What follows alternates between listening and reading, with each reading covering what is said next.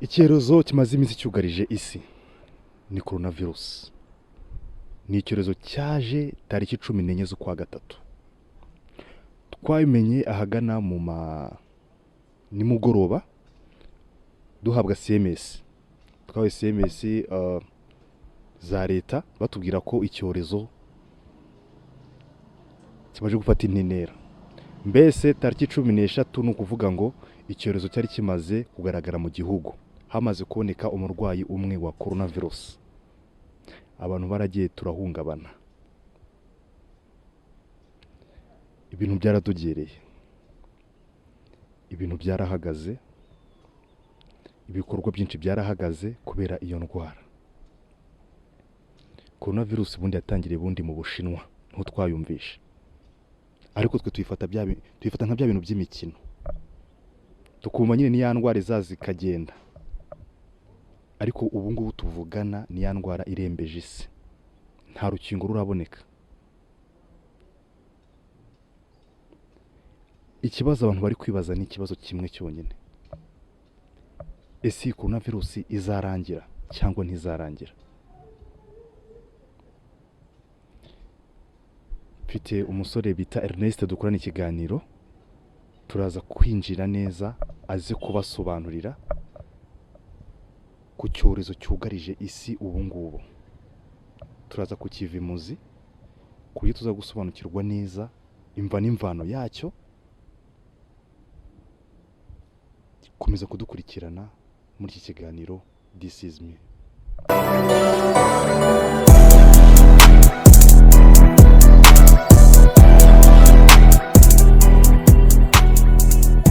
Muraho neza Ernest? Amahoro y'Imana bane nawe muvande. Ndagira ngo se nkaho nimbanza kwisobanura ku badukurikiye cyangwa se ku nshuti zacu z'akadasohoka za TV9 Rwanda. Ntabwo turi abashakashatsi, ahubwo twebwe tukirefera ku bushakashatsi bw'abashakashatsi.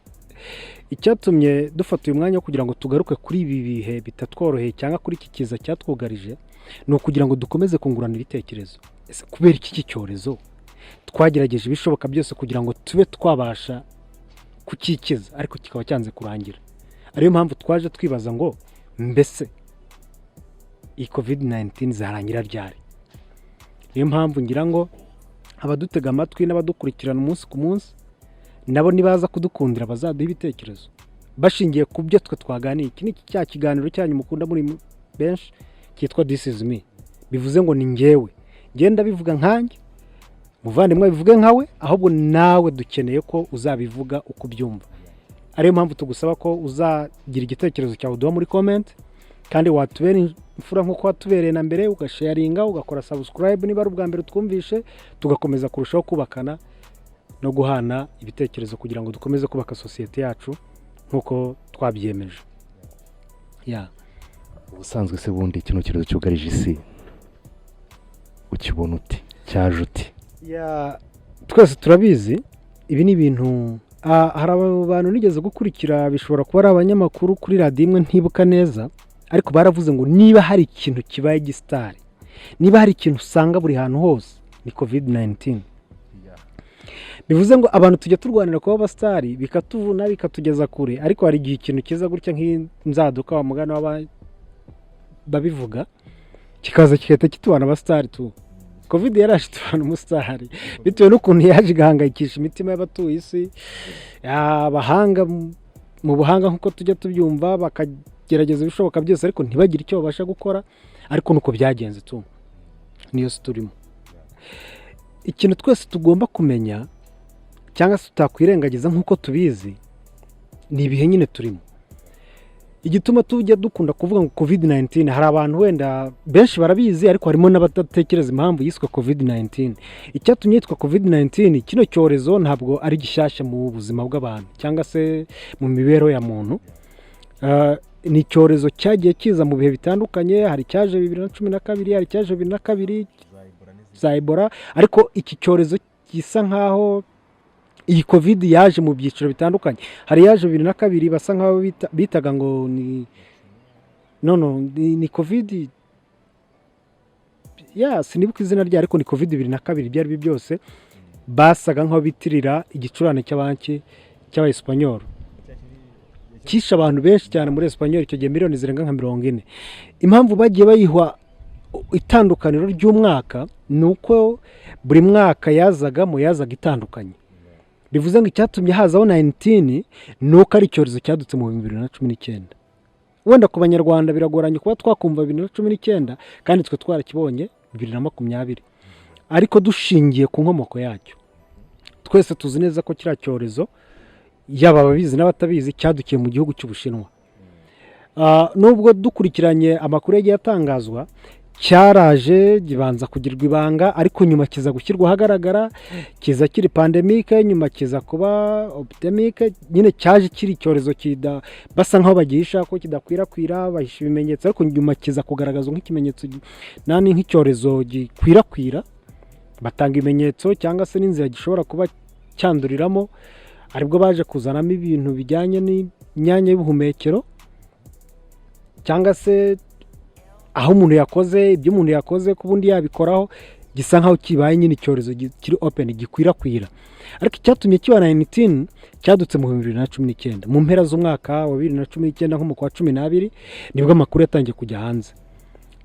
Dushingiye kuri ayo makuru bagenzi bacu mu bihugu byo muri Aziya, especially no muri European cyangwa se ku muryango w'abibumbye, cyane cyane mu ishami rishinzwe indwara z'ibyorezo nk'izo zose iriya bita OMS, nibwo batangiye gutanga amakuru yacyo afatika.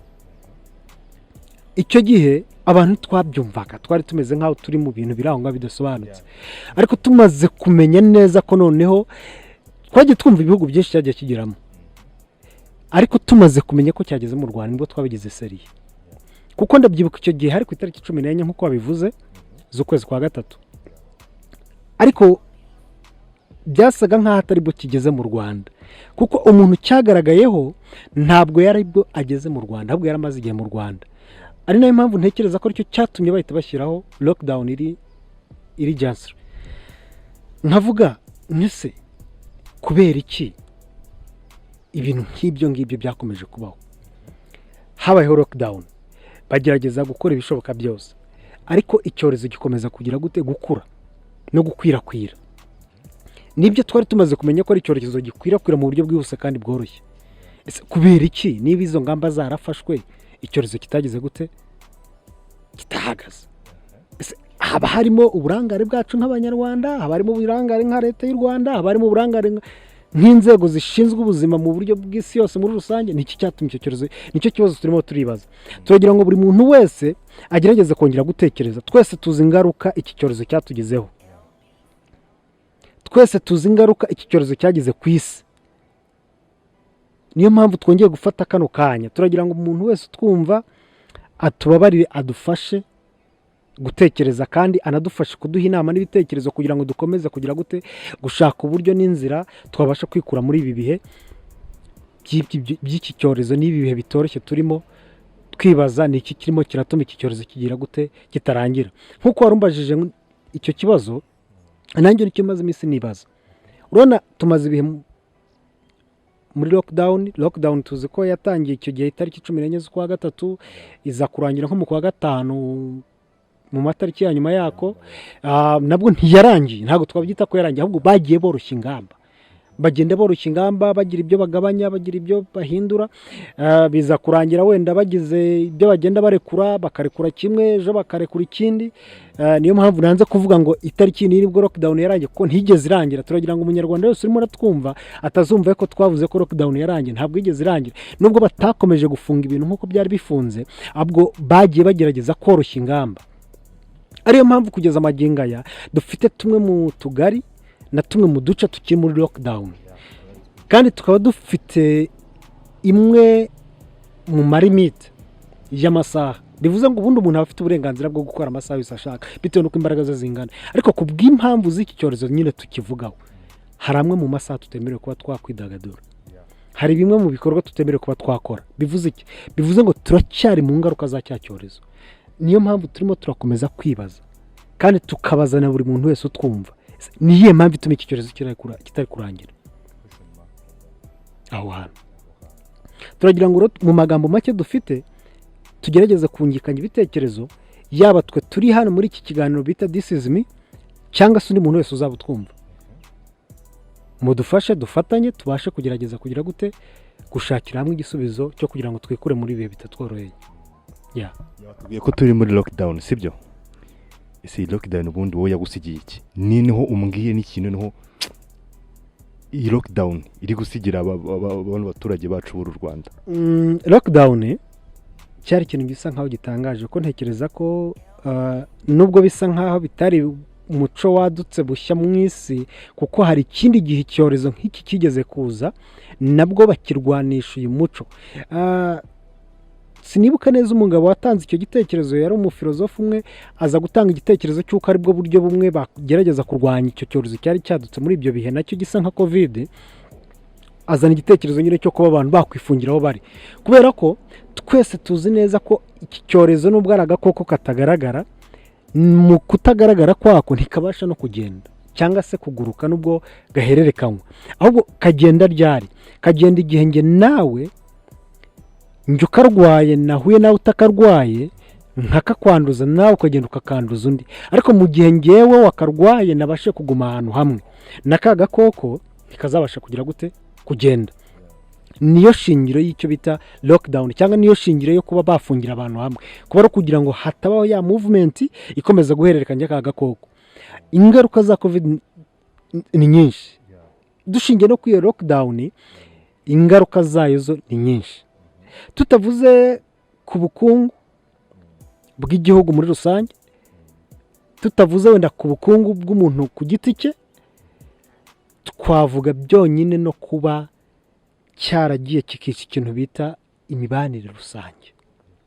Ariko uzi kugira ngo ubone umuntu wari umuvandimwe wawe nimujya guhura umubone nk'umwanzi wawe, mu kimbo cy'uko mwagahuye mukaganira mugasuhuzanya, ahubwo ukamuhungira kure. Bagiye bagerageza guhimba systeme nyinshi cyane zo kugira ngo abantu tugerageze gusabana, ariko nabyo nta kintu bivuze ko byahinduye uko twari dusanzwe turi. Urumva ingaruka zari nyinshi, zafekta ubukungu, zafekta entertainment, zafekta relationship, zafekta ibintu byinshi cyane. So mbese ntago bitworoheye mu bihe nk'ibi ngibi. Ikindi kibazo nibaza ngaha kimwe, ese ni ryari tuzatuza tuvuga ko kino kibazo cyarangiye? Ese utekereza ko kino kibazo kizarangira? Icyo ni ikibazo cyiza cyane buri muntu wese ufite umutima n'ibitekerezo byakabaye yibaza. Mu by'ukuri ntekereza ko iki cyorezo gishobora kurangira, ariko sinavuga ngo kubw'umugambi w'abana b'abantu, ahubwo nshobora kuvuga ngo kubw'umugambi w'Imana, kubera ko naje gusanga iki cyorezo cyaje nko kugira ngo gihinyuze ubwibone bw'umwana w'umuntu. Shingiye kuba niba nkurikirana kandi nawe ukaba ukurikirana neza, uzasanga iki cyorezo mu bantu cyahinyuje bwa mbere ni bya bihugu twita ibihangange.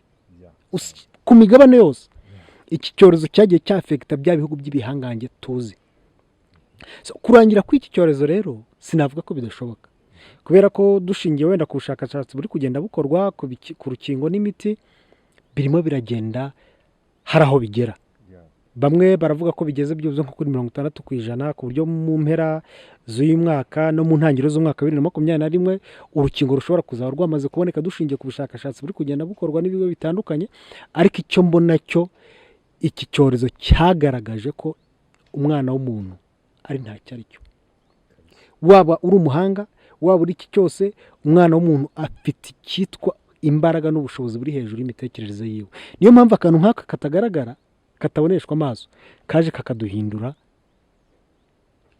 kakaducanganyikisha, kakaduhindura nk'abasazi isi yose kandi. So niyo mpamvu mvuga ngo dushingiye ku kwizera, especially nk'abakristo cyangwa se nk'abantu twizera Imana nk'abanyarwanda, ko abanyarwanda turabakristo muri rusange. Ikindi kandi tugashingira wenda no kuba hari icyo twizera ko umwana w'umuntu yashyizwemo n'Imana. Iki cyorezo kizarangira, ariko hari icyo kizaba gisize isomo ku mwana w'umuntu, hari icyo tutabasha kwikorera, kuko tuza kuba tubasha kukikorera hari miliyoni z'abantu benshi cyane barimo barapfa, byakabaye byarahagaze. Icyorezo kurangira ko kizarangira si uyu munsi turi kubivuga, yewe si n'ejo, ariko ntekereza ko iherezo ryacyo rishobora kuba riri bugufi, ariko bizaba kubw'imbabazi z'Imana, ntabwo bizaba kubw'ububasha bw'umwana w'umuntu. Ngiye kukubaza ati se abemeramana tubivugaho iki ariko wabasobanuriye kwanza ariko wenda nimba ari cyo hari icyo ushobora kongera kuko byabaye nk'uruhurirane ntabwo nk'uko abantu babizi ntabwo ndi umutumirwa hano bishobora kuba urimo urambaza ariko it's like a open show turimo turaganira mu buryo buri open wenda tugarutse ku bemeramana dushingiye kuri bibiliya nk'igitabo gifite byinshi kidusobanurira kandi kitubwira byahashize n'aho turi n'ahazaza kitubwira ko mu bihe bya nyuma tuzagenda duhura n'ibihe nk'ibi ngibi arizo ndwara z'ibyorezo imitingito intambara n'ibindi byinshi cyane bivuze ngo iki ni kimwe mu bimenyetso bitwereka yuko turi muri bya bihe bya nyuma bivuze ngo niba turi muri bya bihe bya nyuma nubwo wenda abana b'abantu rimwe na rimwe tujya dusa nk'aho tutabiha agaciro dushingiye kuba iherezo ry'umuntu ari urupfu rwe ariko ese utirengagije ko iherezo ryawe ari urupfu rwawe ubundi utekereza iki biramutse bibaye uyu munsi ari iherezo rya nyuma ry'isi dushingiye ku bimenyetso twagiye tubona n'ibihamya biduhamiriza yuko byanze bikunze isi ishobora kuba iri mu marembera bivuze ngo byakabaye byiza ko abantu tumenya abo turi bo tukamenya aho imbaraga zacu zigarukira muri ibyo bikaduha kuba twakora ukuri nk'uko turi tugakora icyo dukwiriye kuba twakora nk'icyo twaremewe tukareka rimwe na rimwe kwiyumva nk'uko tutari tukikomanga mu gatuza twita ibitangaza n'abantu turenze ubushobozi bw'iyaturemye reka mbivuga gutyo kuko hari ubwo tubona rimwe na rimwe tugera ku byo tugeraho tukumva ko ari ubushobozi n'imbaraga zacu tukumva ko bishoboka yuko abana b'abantu dushobora kubona n'utwarimbukira rimwe kuko niba haraje ikintu kigahagarika sisiteme yose y'isi kigahagarika imihahiranire kigahagarika imigenderanire kigahagarika sisiteme isi yose yari imaze kugeraho hamwe isi yari imaze kuba nk'umudugudu noneho ikongera ikamera nk'aho isubiye mu bihe byashize hahandi abantu twari tuzi yuko nta yindi si iriho uretse iyo turimo abantu tukongera kumera nk'aho tutazi ubuzima buri hariya uretse wenda iri tumanaho risa nk'aho riduhuza mu buryo bwihuse nkamenya ibintu biri muri Amerika direct nkamenya ibintu biri muri Aziya n'ibintu biri muri Europe ariko tekereza noneho y'iki cyorezo kiba cyaraje iyi internet itaraguka cyangwa se utekereze niba iki cyorezo gishobora kuzaza noneho iyi internet nayo ikaba crashed kuko iyi internet ishingiye ku bintu bifatika ishingiye ku nyanja inyuzamo insinga ishingiye ku kirere bakoresha imirasire yacyo tekereza igihe none ikirere kizaba cyaduhindutse niba utu tuntu dusa nk'aho ari uturemangingo cyangwa se utuntu dusa nk'aho ari utumikorobe twabonye dukomoka mu nyamaswa nk'uko twabibwiwe biva muri China tutazi neza niba ari ukuri kuko n'ababivuga ntibarabihamya neza ntibazi inkomoko ya covid none tekereza igihe haramutse habaho imikoranire y'utumikorobe nk'utwo hakabaho imikoranire ya solar system hakabaho imikoranire ya systeme z'inyanja n'ubutaka turiho ikiremwa muntu cyaba gisigaye kuki bivuze ngo dukwiye kumenya ko abana abantu hari aho tutagarukira hari aho nako tutagera hari aho tugarukira hari ibyo tudashobora kuba twarenga niba ikintu nk'iki ngiki kiza ntikibashe guhagarikwa haramutse haje kirenzeho byagenda bite twese twashira so bivuze ngo rero kuba kizarangira ko tuzi neza ko Imana itanga ikiremwa muntu yakiremye gikunze ariko tumenye neza aho ubushobozi bw'umuntu bugarukira n'aho imbaraga ze zigarukira. Urakoze cyane yatarasoza rero nagira ngo abantu bakurikiye hanga muri kiganiro cya disizmi ese wakwirinda gute kino cyorezo no gute wagihashya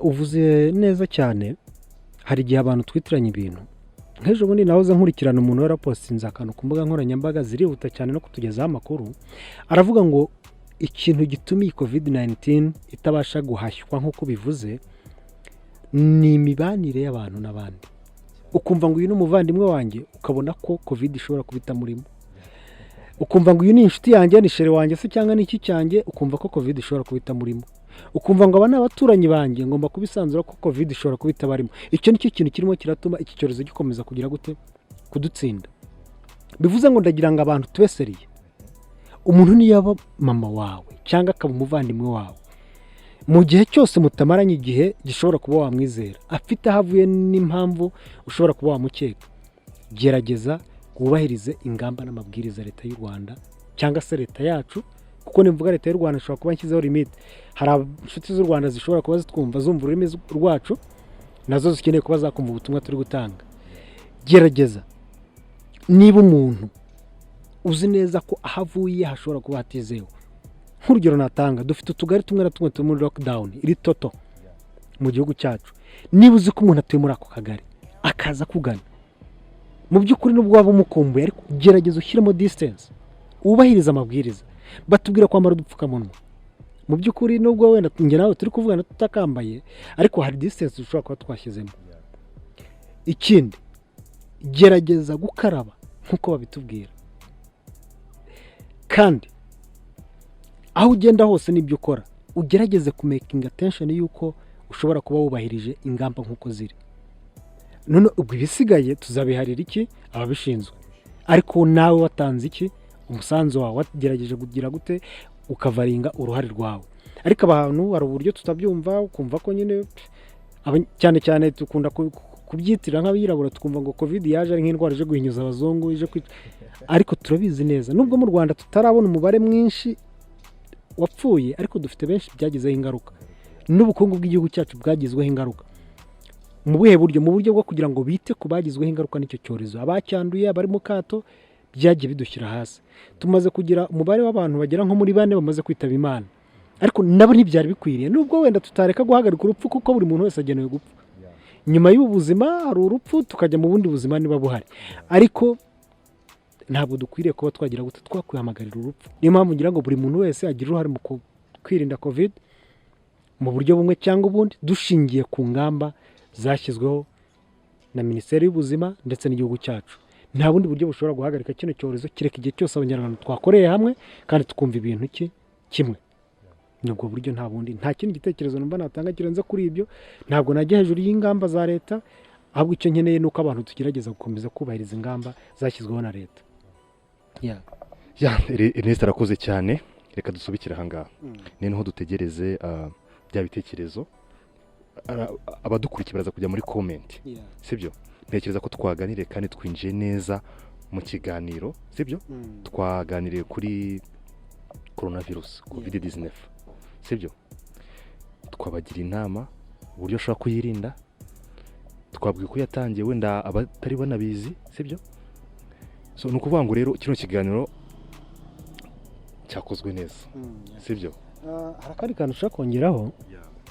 Buri ikintu nakundiye abanyarwanda barabahanga mu bintu byose. Igitumye turi kugaruka kuri iki cyorezo ntabwo ari uko wenda tuyobeye ko ari ikintu kimaze igihe cyogarije ibitekerezo by'abantu, ko cyaje kiraza kiratwokama gifata ibintu byose twabagamo kibihindura zero, kiratwigarurira. Ariko turacyari kuri ya mahame y'abanyarwanda. Ubundi kera baravuga ngo ujya gukira indwara agira gute? Arayirata.